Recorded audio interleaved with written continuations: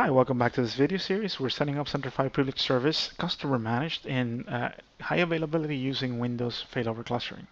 And in the previous video, we set up the GUI portion of the setup. We started up with the primary node and then started the secondary node here. And things can go really fast. So it's already asking for the config file here. But let's just first answer the questions in the primary node. The first question is what is the administrator name?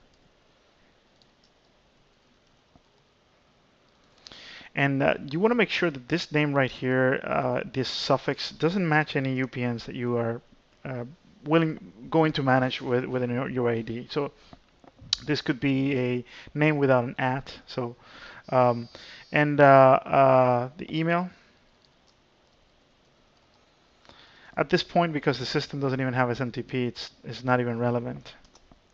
A password. Ideally, you want to make sure that the password, if you set up an initial password, you change it afterwards. So the FQDN for the service, notice it's already cached here from a previous setup, but that's basically the FQDN setup in the subject alternative name for the certificate that you have with the private key. So safe Centrify VMS is the one that I chose, and that's the same name that my certificate has, right? And it's going to ask for a password.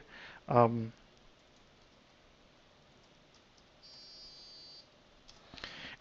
now it's going to ask me, actually, as a matter of fact, I just basically misspelled the password.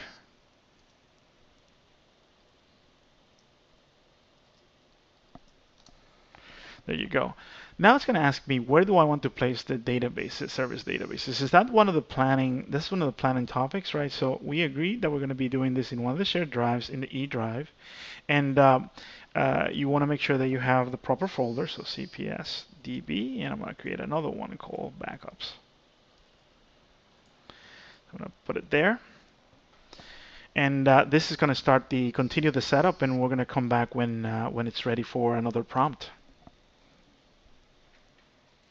All right, this is when privileged service setup is asking for the location of the setup and recovery file.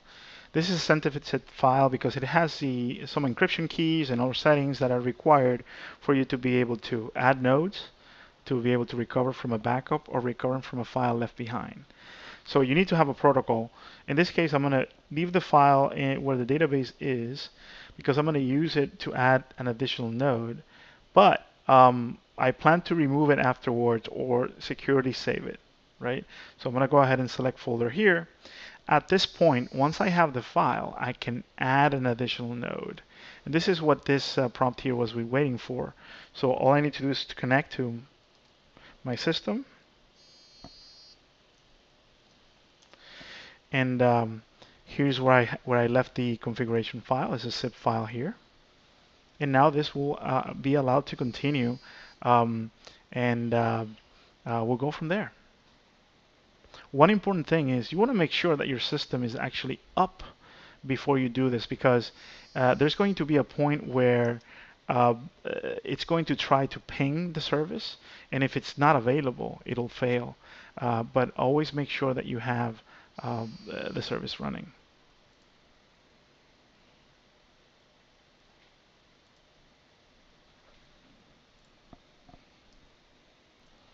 All right, looks like privileged service is ready, the primary node. And if you look at the secondary node, it's already ready as well. So all we need to do is try to connect to the service address and make sure that it works. So we're going to do HTTPS.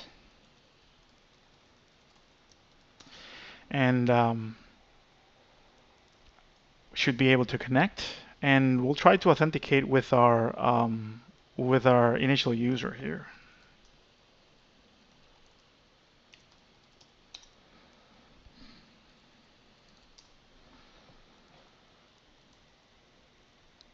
Looks like everything is fine. Let's switch to the admin portal.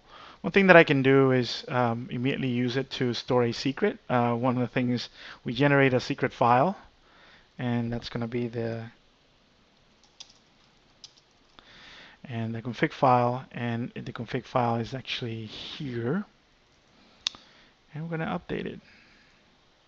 And there you have it. So now what we need to do is, because it's a two-node cluster is already ready to go, we need to do some corrections in DNS, basically eliminate the CNAME record, and then onboard the role that is going to be used in a Windows failover cluster.